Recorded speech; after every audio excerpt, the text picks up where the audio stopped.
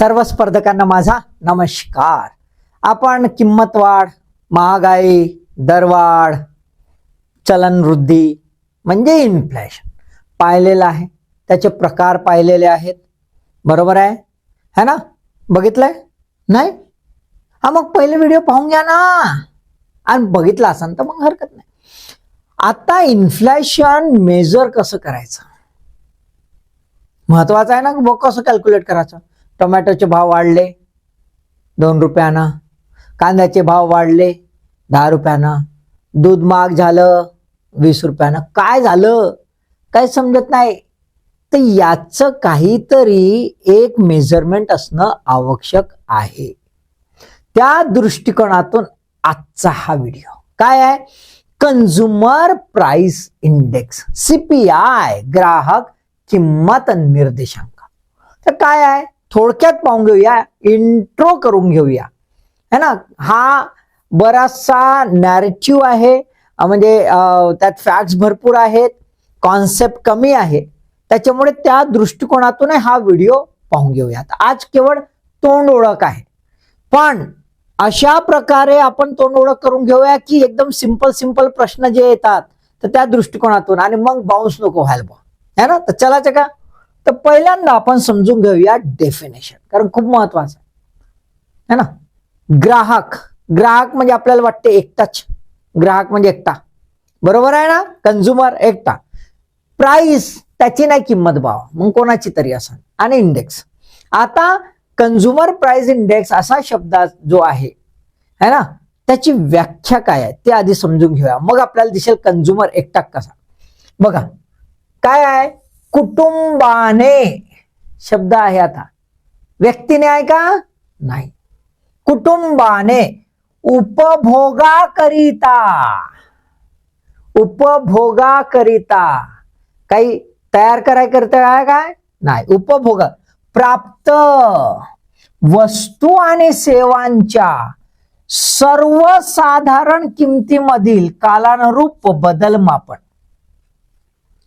है ना. कालानुरूप बदल मापन इंग्रजीत वाचून घेऊया म्हणजे अजून थोडस अनालिसिस करायला. Measures changes over time in general level of prices of goods and services that households acquire for consumption purpose. इथे आपण लक्षात घ्यायला पाहिजे घटक कोणता आहे.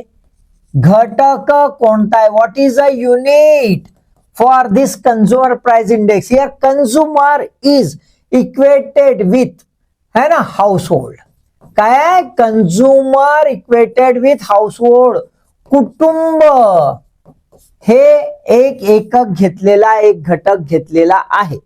व्यक्ती परत्वे घेतलेलं नाही. कारण की उदाहरणार्थ आमचा बाप दुकानात गेला आणि दुकानात गेल्यावर का स्वतःसाठी वस्तू घेणार? अरे बाप हा कुटुंबासाठी वस्तू घेऊन येतो का नाही. माय गेली बाजारात तर भाजीपाला काही एकट्यासाठी घेऊन येते नाही, कुटुंबासाठी. बरोबर आहे.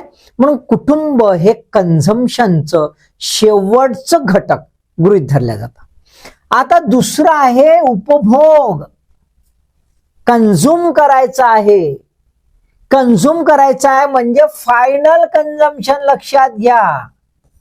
एखाद्या घरी काही वस्तू घेऊन आणल्या आणि त्याचं कुठल्या तरी प्रोडक्ट मध्ये रूपांतरण करून कुटीर उद्योगासारखं आणि पुन्हा विकायला काढला, ते कन्झम्पशन नव्हे, फायनल कन्झम्पशन. वस्तू आणि सेवाचं सर्वसाधारण किमतीमधील बदल म्हटलाय. कुठला बदल? सर्वसाधारण बदल. General price changes of all goods and services. Collective price changes. Impact जो पडतो तो कलेक्टिव्ह राहील, सर्वसामान्य राहील. एखाद्या ठिकाणी जर महाग झाला असेल, एक दुकानवाला म्हणत असेल वांगे मी 100 रुपये किलोच विकेन, आणि आपण गेलो बे बाजूला तर तो 10 रुपये असन मले विकायचेच आहे, तर आपण म्हणू का? नाही. ओव्हरऑल सगळीकडे वांगे किती रुपयाचे रे बाबा, त्याच्यानुसार. Getting the point. सर्वसाधारण. आणि कालानुरूप म्हणजे टाइम बाउंड आहे, टाइम रिलेटेड आहे. वेळेशी निगडीत कंझ्युमर प्राइस इंडेक्स आहे.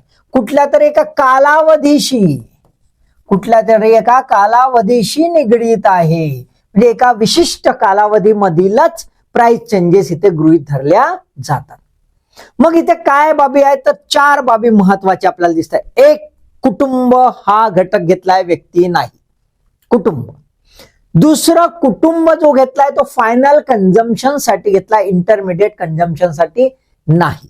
तिसरा, जनरल प्राइस चेंज घेतला आहे, स्पेशल और एकदम एक युनिक प्राइस चेंजेस घेतलेली नाही. आणि चौथा आहे, it's related with the time, एका निश्चित कालावधीनुसार तो बदल किमतीतला तो गृहीत धरलेला आहे. 4 गोष्टी लक्षात आल्या? क्लिअर? व्याख्या क्लिअर झाली? आता सीपीआय जो आहे, कन्झ्युमर प्राइस इंडेक्स, त्यामध्ये आपण कन्झम्पशन करतो म्हटलं तर काय बाबा सगळ्याच वस्तू गृहीत धरायच्या का? म्हणजेच काय, कोणत्या वस्तू याच्यामध्ये गृहीत धरल्या आहेत ते महत्वाचं आहे. ते महत्वाचं आहे ना, बरोबर आहे.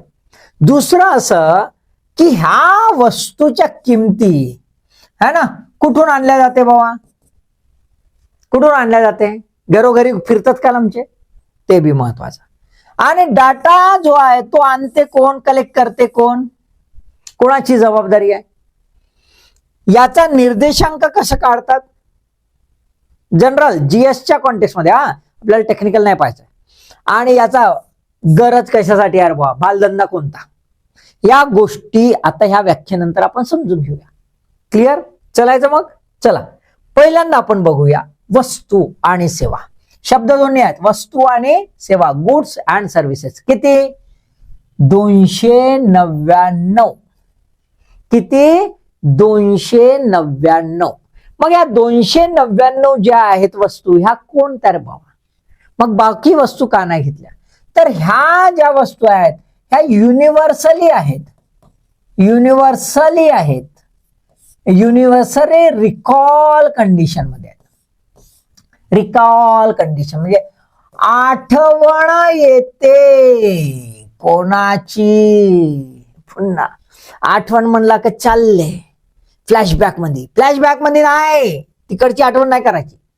आठवण म्हणजे सकाळी उठलं का कोणाची येते आठवण, है ना? येते की नाही आठवण? येते की नाही आठवण? येते चहाची, येते की नाही? मग चहा, टी हा कॉमन झाला, मग टी शी लागणार जे काय टी लीफ असेल, है ना, चहा पत्ती, दूध, साखर, आहे की नाही? मग हे काय रिकॉल आहे, आठवण कशाची येते त्या आधारावर ह्या वस्तू घेतलेल्या आहेत. या सर्वत्रच सहसा आठवण येणाऱ्या, सर्वत्रच भारतामध्ये सहसा आठवण येणाऱ्या आहेत त्या वस्तू इथे गृहीत धरलेल्या आहेत. एक्सक्लुझिव्ह एखाद्या ठिकाणचे वस्तू विशेष करून गृहीत धरल्या जात असेल ती नाही, ती नाही. लक्षात आलं का? म्हणजेच काय तर स्थानिक स्तरावर केवळ तिथेच ती वस्तू मिळत असेल, दुसरीकडे कुठंच नाही, ती गृहीत धरल्या गेलेली नाही. किती वस्तू आहेत मग? 299. 299 ज्या वस्तू आहेत त्याचं वर्गीकरण किती याच्यात केलंय? 6 याच्यात वर्गीकरण केलेलं आहे. 1 अन्न व पेय, फूड अँड बेवरेज. 2 पान, तंबाखू व मादक. पान, टोबॅको अँड इंटॉक्सिकंट. त्यानंतर वस्त्र व पादत्राणे, क्लॉथ्स अँड फुटवेअर. गृहनिर्माण, हाऊसिंग. इंधन व प्रकाश, फ्युएल अँड लाईट. संकीर्ण, मिसेलेनियस. याच्यामध्ये सहसा सेवा ज्या आहेत त्या घेतलेल्या आहेत, सर्व्हिसेस ज्या आहेत त्या घेतलेल्या आहेत. हे 6 पार्ट करायचे. आधी 5 होते, ते आता डिवाइड करण्यात आलं 6 ह्याच्यात. क्लिअर? ओके, ठीक आहे. मग याचे वेटेज वगैरे खूप डिटेलमध्ये आहेत. प्रत्येक याच्यात अन्न व पेयमध्ये काय काय आहे, काय काय नाही, ते डिटेल्स आपण स्वतंत्र व्हिडिओमध्ये पाहू. कारण याच्यात केला तर पूर्ण जंगल गुत्तावून जाते, कचरा होते. तो कचरा नाही करायचा आपल्याला. कसा सुटसुटीत असं मस्त जायचं आहे ना? ठीक आहे. आता हे जे वर्गीकरण आहे, ह्या वर्गीकरणाच्या आधारावर जो सीपीआय तयार होतो तो 3 कॅटेगरी. कुठली? रुरल एरियासाठी, ग्रामीण भागासाठी, शहरी भागासाठी आणि कंबाईंड, एकत्रित. का रे बाबा? कारण ग्रामीण भागामधल्या मागण्या, रिकॉल ज्या आहेत खर्च करण्याच्या ज्या वस्तू आणि सेवा आहेत त्या वेगळ्या आहेत. आणि ज्या कॉमन आहेत त्यातही काही वस्तूंवर भर कमी आहे, काही वस्तूंवर भर जास्त आहे. बरोबर आहे. ग्रामीण भागातही तशी, म्हणजे दोन्ही भागामध्ये परिस्थिती थोडीफार वेगळी आहे आणि त्याच्यामुळे हा दोन वेगवेगळ्या गोष्टी घेण्यात आल्या. क्लिअर? ओके. कशाच्या आधारावर आहे? मी मागे सांगितलं पहिल्या व्याख्यामध्ये, टाइम, वेळ, काळ. तर मासिक स्तरावर कसा? मंथली आहे. दर महिन्याचा सीपीआय मिळतो, इमिडिएट दर महिन्याचा सीपीआय मिळतो. आलं की नाही लक्षात? मासिक स्तरावर मंथली आहे. प्रश्न विचारले आहेत क्वार्टरली, हाफ इयरली की कसं? मंथली देते बाबा. क्वार्टरली, हाफ इयरली आहे, मंथली देते. हे बेसिक आहे. ठीक आहे. त्याच्यानंतर आपण बघूया की आणतात कुठून वस्तू. आता ह्या 299 आहे ना वस्तू दिलेल्या आहेत, आहे की नाही? किती आहे की नाही? 299. ह्या आता ह्या 299 वस्तू ज्या आहेत त्याला डिवाइड केलाय. कारण ग्रामीण भागामध्ये काही वस्तूंची जास्त मागणी असेल, काही नाही. शहरी भागामध्ये काही असेल, काही नाही. मग आता ते आणायचे कुठून? इतके गावं, इतके शहर, इतके घर. का प्रत्येक घरी फिरतील का लोक? नाही ना, नाही ना. प्रत्येक गावात, प्रत्येक शहरात आणि प्रत्येक गल्लीत दुकानं किती आहेत, घरं किती, शक्य आहे का नाही? मग घेतात कसं आहे? तर रूल आहे सॅम्पल. काय आहे? नमुना. सॅम्पल घेतला जातो आणि सॅम्पल साठी एक युनिफॉर्मिटी राहावी म्हणून 1181 गावं निवडली आहेत. 1181 गावं निवडली आहेत. याचंही सूत्र आहे, है ना? याचंही सूत्र आहे, लक्षात घ्या. त्यानंतर शहरी बाजार, अर्बन मार्केट्स 1114, निवड शहरे, सिलेक्टेड टाउन 310. हे गणित आहे, पाठ करायचं आहे. आलं लक्षात? ग्रामीण भागाचा जो आहे त्याचा सीपीआय रूरल, शहरी भागाचा आहे सीपीआय अर्बन. आता ग्रामीण भागामधले सॅम्पल कोण आणते? तर तो आणते पोस्ट ऑफिसचा एम्प्लॉय, आमचा पोस्टमॅन. तर तो गावागावात फिरते, है ना? Post offices have a large network, largest network actually. Man network जर बघितलं है ना, तर ते लार्जेस्ट नेटवर्क पोस्ट ऑफिसचं आहे. ते गावागावात, खेड्यात जाते आणि म्हणून डाटा त्यांच्याकडून कलेक्ट केला जातो. किती? 250 वस्तूंचा. मग हा पोस्टमॅन घरी जाते का बाबा पत्र आलं? तसं नाही. तर गावात एखादं दुकान असेल, मंडी असेल, बाजार हाट असतो, आठवडी बाजार, तिथे तो विचारतो. आलं की नाही लक्षात? सॅम्पल. क्लिअर? इकडे अर्बन जर बघितलं तर कोण आणतं? तर फील्ड ऑपरेशन डिव्हिजन आहे, एफओडी, फील्ड ऑपरेशन डिव्हिजन. कुठे? नॅशनल सॅम्पल सर्वे ऑर्गनायझेशन मध्ये. नॅशनल सॅम्पल सर्वे ऑर्गनायझेशन मध्ये फील्ड ऑपरेशन डिव्हिजन आहे. त्याचे एम्प्लॉई म्हणजे सर्वेअर. म्हणजे कोण? सर्वेअर. सर्वेअर जे आहेत ते जातात, सर्वेक्षण करणारे कर्मचारी जातात. आणि राज्याच्या स्तरावर, राज्य आणि युनियन टेरिटरीज मध्ये, प्रत्येक राज्यामध्ये directorates of accounts and statistics, ज्याला आपण सांख्यिकी विभाग म्हणतो, सांख्यिकी विभाग. या सांख्यिकी विभागाचे कर्मचारी आणि एनएसएसओ चे कर्मचारी असं मिळून किती? 225 ऍटम. किती? 225. फरक आहे. क्लिअर? आणि हा सर्वे कसा होतो? तर हाऊसहोल्ड कन्झम्पशन एक्सपेंडिचर सर्वे. मग प्रत्येक घरी जातात का? नाही, नाही. मग ते जातात कुठं? दुकानावर, मंडीमध्ये. आणि दुकानवाल्याला विचारतात, काय आज कोणा रे बाबा तंबाखू कोणा नेला? दुकानवाला म्हणतो, साहेब आतापर्यंत आज कोणी आला. का म्हणतस? साहेब तुम्हीच पहिले. आबे ठेव तिकडे, आहे ना? मानलं नाही, यानं तंबाखू घेतला. अशा प्रकारे ते दुकानात जातात, दुकानवाल्याला विचारतात आणि कामधंदा करतात. सोपा काम. ठीक आहे. आता यांनी बाबा पोस्टमॅन काढलं, तिथला घातलं, लिहिलं नाही, याने एवढा तंबाखू, एवढा हे ना ते. आता तो येईन सायकल ना, शहरात येईल, मग देईन रिपोर्ट. चमन का? नाही. उशीर मंथली पाहिजे, मंथली. मग मंथली पाहिजे म्हणून वेब पोर्टल ना तिथंच ऑनलाईन मध्ये रुरल एरियासाठी जो वेब पोर्टल आहे तो बनवलाय NIC ने, नॅशनल इन्फॉर्मेटिक्स सेंटर, आणि शहरासाठी बनवलेला आहे computer centre, ministry of statistics and programme implementation. या मिनिस्ट्रीच्या अंडरमध्ये जे कम्प्युटर सेंटर आहे त्यांनी बनवलेलं आहे. अप्रोच कुठला आहे? त्या अप्रोच बॉटम अप अप्रोच आहे. लोकल एरिया कॉन्सेप्ट त्यांनी ठेवलेला आहे. खालून वर जाते. तळागाळातील सर्व्हेअर डाटा ऑनलाईन अपलोड करतो. त्यामुळे डाटा कसा मिळतोय? रिअल टाइम डाटा मिळतोय. कसा डाटा मिळतोय? Real time. आणि त्यामुळे मंथली सहज रीतीने ऍडव्हान्स मध्ये देणं शक्य होत आहे. लक्षात आलंय? क्लिअर? कॉन्सेप्ट क्लिअर झाला? ओके. त्याच्यानंतर आपण बघूया की कसे काढतात निर्देशांक. तर त्यासाठी इंडेक्स फॉर्म्युला वापरला जातो. काय? Index formula. 2 इंडेक्स फॉर्म्युला आहेत. एक बेसिक लेवलवर, आयटम लेवलवर, आणि दुसरं ऑल इंडिया लेवलवर, ऍटम वाईज. तर एलिमेंटरी इंडायसेस आहे ऍटम लेवलवर, ग्रासरूट लेवलवर, तो काढला जातो जेव्हन्स इंडेक्स फॉर्म्युला. कोणता? जेव्हन्स इंडेक्स फॉर्म्युला. आणि ऑल इंडिया लेवलवर जो ऍव्हरेज लेवलवर काढला जातो तो आहे लेस पेअर्स इंडेक्स फॉर्म्युला. तो कुठला आहे? लेस पेअर्स इंडेक्स फॉर्म्युला. आता हा काय आपल्या डोक्याला टेन्शन द्यायचं नाही. आपल्याला GS चा पेपर सोडवायचा आहे. आपल्याला काय स्टॅटिस्टिक्सचा पेपर सोडवायचा नाही आहे का? नाही. मग संपला का? मग कसं करतात रे बाबा? तर आधारभूत वर्षाच्या आधारावर, on the basis of base year, comparative measure केल्या जातं. आणि त्यामुळे इंडेक्स हा कंपॅरेटिव्ह असतो, कुठल्या तरी आधारावर असतो. तो आधार जो आहे त्याला आपण आधारभूत वर्ष म्हणतो. हा आधारभूत वर्ष कॅल्क्युलेट केला जातो.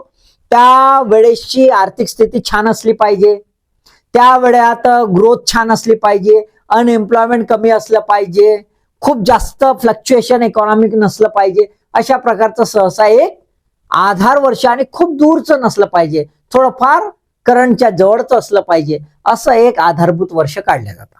ही काढण्याची जबाबदारी आणि ही बदलवण्याची जबाबदारी कोणाची आहे? तर नॅशनल स्टॅटिस्टिकल ऑफिस. कोणता? National statistical office, NSO. NSSO नाही. नॅशनल सॅम्पल सर्वे ऑर्गनायझेशन वेगळं आणि नॅशनल स्टॅटिस्टिकल ऑफिस वेगळं. त्याला आधी CSO म्हणायचे, सेंट्रल स्टॅटिस्टिकल ऑफिस. क्लिअर? लक्षात आलं? कुठे आहे ते? तर ministry of statistics and programme implementation मध्ये आहे. म्हणजे कोणाची जबाबदारी आहे? NSO ची जबाबदारी आहे आधारभूत वर्ष निश्चित करण्याची. याने रिसेंटली आधारभूत वर्ष निश्चित केलं. ते किती? 2012. आधी होतं 2010. ते लागू केव्हापासून झालं? जानेवारी 2015 पासून लागू झालं. क्लिअर? बेसिक डाटा आहेत, विचारल्या जातात, म्हणून मी एम्फासाइज करतो. ठीक आहे? राईट. आता उपयोग कशाला? एवढा भालधंदे कशाला करायचे? So CPI, consumer price index, is a macroeconomic indicator of inflation. Macroeconomic indicator आहे. बृहद लेवलवर सांगतंय, सर्वसाधारण लेवलवर सांगतं, पॅन इंडिया लेवलवरचा एक डाटा आपल्याला येतो. त्यामुळे नॅशनल लेवलवर मॉनिटरी आणि फिस्कल पॉलिसीज राबवणं सहज सोपं होतं. आणि त्याच्यासाठी म्हणून रिझर्व्ह बँकला याचा उपयोग कशासाठी होतो? इन्फ्लेशन टार्गेटिंगसाठी आणि प्राइस स्टॅबिलिटी मॉनिटरिंगसाठी. या 2 कामासाठी CPI हा महत्वाचा आहे. 2013 नंतर मात्र आपल्याला दिसतंय की CPI जो आहे तो याने WPI ला ओव्हरटेक करून टाकलाय. हा आता RBI वापरतो. ठीक आहे. गव्हर्नमेंटच्या कॉन्टेक्स्ट मध्ये जेव्हा बजेटरी प्रोव्हिजन्स करायचं असेल तर आपल्याला नॅशनल इन्कम अॅन्युअल लेवलवर काढावं लागते. राष्ट्रीय उत्पन्न काढताना ते खऱ्या अर्थाचं राष्ट्रीय उत्पन्न असलं पाहिजे, म्हणजे नेट नॅशनल प्रोडक्ट असला पाहिजे, NNP असला पाहिजे. त्यासाठी इन्फ्लेशनरी जे बाबी आहेत त्या आपल्याला मायनस करता आला पाहिजे. म्हणून CPI हा डिफ्लॅटर सुद्धा वापरता येतो इन द नॅशनल अकाउंट्स. तुम्ही नॅशनल अकाउंटचा पाहिला का व्हिडिओ? तो पाहून घ्या तर तुम्हाला कॉन्सेप्ट क्लिअर होईल. ठीक आहे. त्यानंतर डिअरने सगळा अलाउन्स, सगळे एम्प्लॉई, तुम्ही बी ऑफिसर बनले का DA भेटला का रे बाबा, भेटला का रे बाबा, भेटायचे नाही, सेंटरला भेटते आम्हाला भेटे नाही बम बोंबलतात. हा डीए म्हणजे काय आहे? महागाई जशी जशी वाढते तसा तसा पगार वाढला पाहिजे. तर बेसिकली डीए ऍड करतं, डिअरनेस अलाउन्स, त्याचं या इंडेक्सिंगच्या आधारावर कॅल्क्युलेशन होतं आणि वर्षातून 2 वेळा आपल्याला डीए वाढलेला दिसतो. क्लिअर? राईट. तर तुम्हाला असे बी प्रश्न विचारू शकतात की बा कशाला उपयोग आहे, काय आहे, ते थोडंसं लक्षात ठेवायचं. सोबत वेलफेअर मेजर्स जर आपण घेतले, वेलफेअर मेजरसाठी सुद्धा वापरतात. वेलफेअर मेजरसाठी सुद्धा वापरतात. एखादी प्रोव्हिजन करायची असेल, गरीबाला काही बेनिफिट द्यायचे वगैरे असतील तर त्याच्यासाठी सुद्धा हा वापरल्या जातो. ठीक आहे, काही अडचण नाही. मस्त अभ्यास करायचा, झक्कास अभ्यास करून एक्झाम क्रॅक करायची आहे की नाही. मेहनत घेता बाबा, तर मेहनतीले ऑल द बेस्ट.